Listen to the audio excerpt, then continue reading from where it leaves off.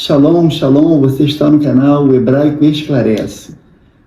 Me diga o seguinte, você tem um local apropriado para se conectar com o Eterno? Você faz isso constantemente? Esse local tem nome?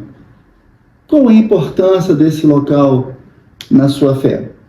Eu estou perguntando porque essa sequência de 2 vídeos que iremos explorar nesse momento vai descobrir como os patriarcas e Yeshua faziam essa mesma coisa. Então já desde já, se inscreva no canal, deixe seu like, deixe também a sua pergunta. Fique comigo até o fim. Após a vinheta.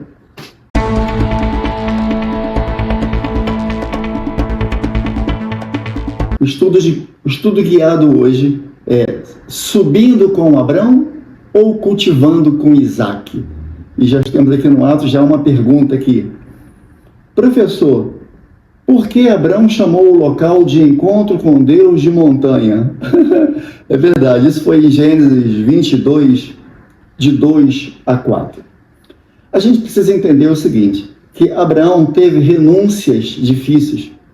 A montanha simbolizava algo grande, um esforço, uma ascensão para ele alcançar. O encontro com Deus para Abraão exigiu desafio.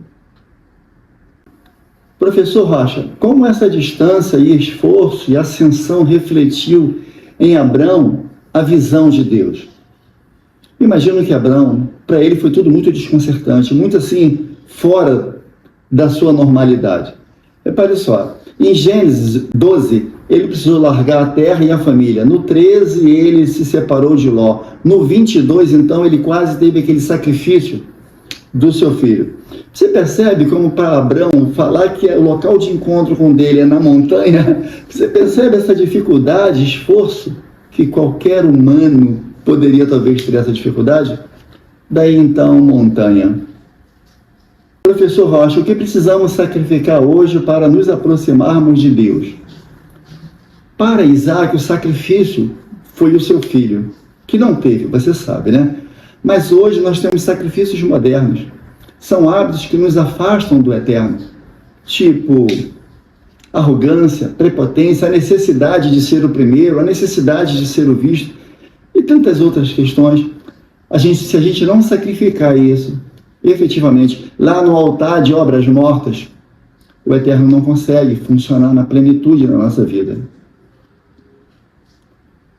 Professor, por que Abrão, diante das incertezas, disse Deus proverá? E como essa confiança se aplica diante das nossas crises hoje? Muito legal. Essa passagem a gente vai ver em Gênesis 22, 8, onde no final está escrito aí, Adonai Irê. Algumas vão falar Jeová Jirê, mas na certeza é Deus proverá. O que é interessante a gente saber é que a palavra Irê, ela vem do verbo ra'á, que significa ver ou enxergar. Olha que coisa fantástica. Então, o que nós aprendemos?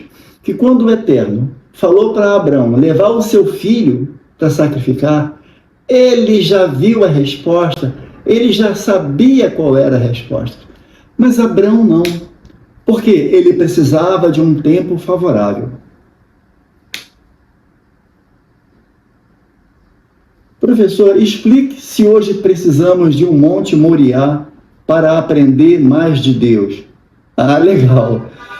Nós agora estamos em Gênesis 22, não 8, mas agora no 14. No hebraico, nós vamos ver assim, Ha-Ha-Moriá. Efetivamente, Monte Moriá. E a raiz da palavra Moriá está ligada ao verbo Iará, que significa ensinar ou mostrar. Interessante que, sabendo disso, a gente começa a entender, conforme perguntado aqui, as nossas crises.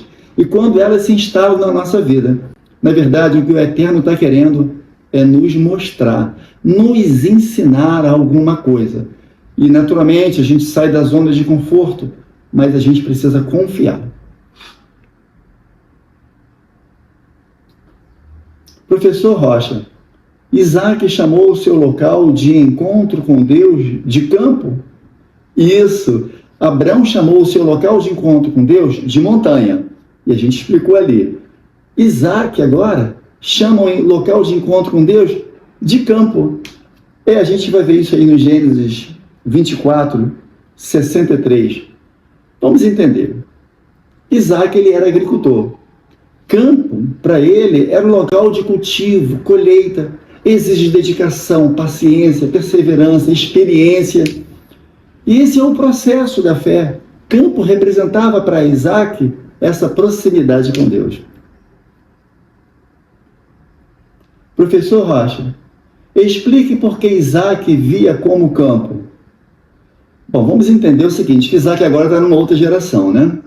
Então ele já não passou por aquela lixa que o pai passou para ele, já estava numa situação mais estável, mais tranquilo ali. E por outro lado, ele já herdou as promessas, herdou a terra. Logo, ele passou a maior parte da sua vida no campo, cultivando, e também cavou poços. Rocha Lima, por que essa escolha de campo e não montanha como seu pai? É um pouco do que já falamos. Como o campo é o local onde tem intimidade, crescimento, e essas coisas vão se desenvolvendo. Por outro lado, ele aprendeu toda a história ali com o seu pai, e de certo, ele seguiu novos caminhos da obediência, da integridade. Professor, posso entender então que a fé não é construída com grandes atos heróicos? Legal essa pergunta. Vamos imaginar que a jornada da fé seja como uma maratona. Isso requer uma caminhada longa, esforço, determinação, não é verdade? Algo que precisa ser nutrido, vai se desenvolver ainda, daí a questão de campo, e então o crescimento, o florescimento, é a fé desenvolvida, estabelecida. Como a perseverança de Isaac refletiu a sua fé? Isaac, ele era conhecido como uma pessoa reta, íntegra, obediente, paciente. E por vezes, em situações de conflitos, lembra quando os seus servos cavavam os poços ali e o pessoal roubava dele? O que ele fazia ali em Gênesis 26, do 18 a 22? Ele deixava para lá. Aí era um local de seca, você conhece essa passagem profunda? Era um local de seca. Antes, ele já mostrou a integridade dele quando havia fome na região, o povo estava fugindo, o Eterno falou para ele não fugir. E ele ficou. E no que ficou, o Eterno então deu um presente a ele enorme. Ele cavava poços e roubavam, cavava poços e roubavam. E ele não falava nada. Você concorda comigo? Que agora que você já sabe o final do filme, você concorda comigo que a água andava embaixo dos pés de Isaac? E ele não sabia disso. Por isso, então, que a questão do campo para ele deixou ele bem tranquilo. Bom, eu agradeço a sua estada aqui, já acabou, eu nem tinha percebido. Você deve assistir agora Sukkot. E aí eu vou deixar uma pergunta com você. Como será se a nossa vida começar a partir de hoje, nessa questão da fé? E o seu local de encontro com Deus?